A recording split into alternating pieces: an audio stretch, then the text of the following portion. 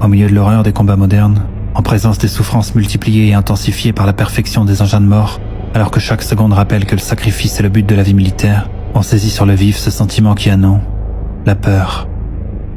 Elle est causée par l'instinct de la conservation, le désir naturel de vivre que la présence et surtout l'appréhension de la mort viennent encore exciter. Une peur instinctive, mais que l'âme doit dompter pour qu'elle ne soit pas voulue, peut parfois surprendre l'homme et s'imposer physiquement à lui. Car le matériel de guerre, canons, grenades, mitrailleuses, etc., produit sur l'organisme des effets physiques dont on peut n'être pas le maître. Les nerfs sont tellement tendus sous un long bombardement, les oreilles tellement fatiguées par le bourdonnement et le claquement incessant des balles, le corps entier tellement bouleversé par un ensemble de conditions extraordinaires que des phénomènes peuvent se présenter sur lesquels la volonté n'a aucune part. Et cette impression est d'autant plus vive que l'inaction donne à l'imagination plus de loisirs. Tous ne sont pas capables de résister à ces chocs. À côté des effets physiques, la bataille moderne a également des répercussions morales, justement parce que les nerfs sont ébranlés, le corps ému. L'âme court le danger de devenir plus faible, de moins se posséder. Si elle n'est pas assez maîtresse d'elle-même pour retenir son imagination, elle risque de se laisser dominer par la peur. En se représentant vivement tous les périls possibles, elle finit par les redouter. C'est alors que la peur commence à s'imposer et peut faire commettre des actes regrettables. Le soldat peut se laisser aller à la peur parce que sa vie est en danger, parce qu'il sent la souffrance toute proche. L'amour de soi fait alors chercher à éviter les blessures affreuses dont chacun voit ses camarades accablés. La mort qui vient de les atteindre tout près de lui et au-devant de laquelle il doit courir. S'il ne réagit pas énergiquement, la peur devient une obsession. L'intelligence est rendue incapable de réfléchir pour maîtriser l'imagination. Elle est paralysée.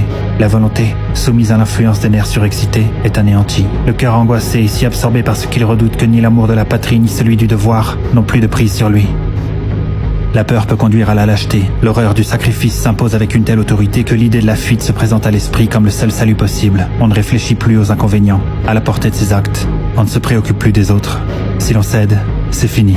Quelque pénibles que soient les effets physiques produits par la peur, ils ne sauraient avoir de conséquences avilissantes pour le soldat qui sait apprendre à les vaincre. Ces effets s'atténuent peu à peu car une volonté énergique, une médication préventive, intelligente, peuvent les dominer. Ils sont produits par la peur imaginative. Aussi est-ce avant l'action proprement dite qu'on les ressent généralement. Le soldat doit par-dessus tout se prémunir contre la peur consentie. Souvent pour l'éviter, il lui suffira de réfléchir que l'imagination appréhende un mal qui ne se réalisera pas nécessairement puisque, jusqu'ici, les craintes passées ont été vaines.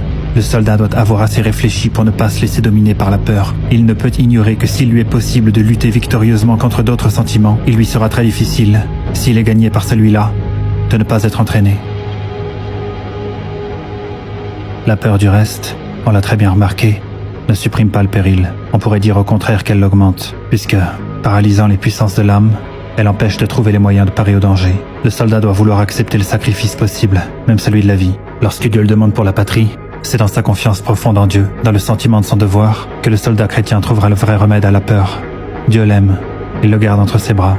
Il a promis que pas un cheveu ne tomberait de sa tête sans sa permission.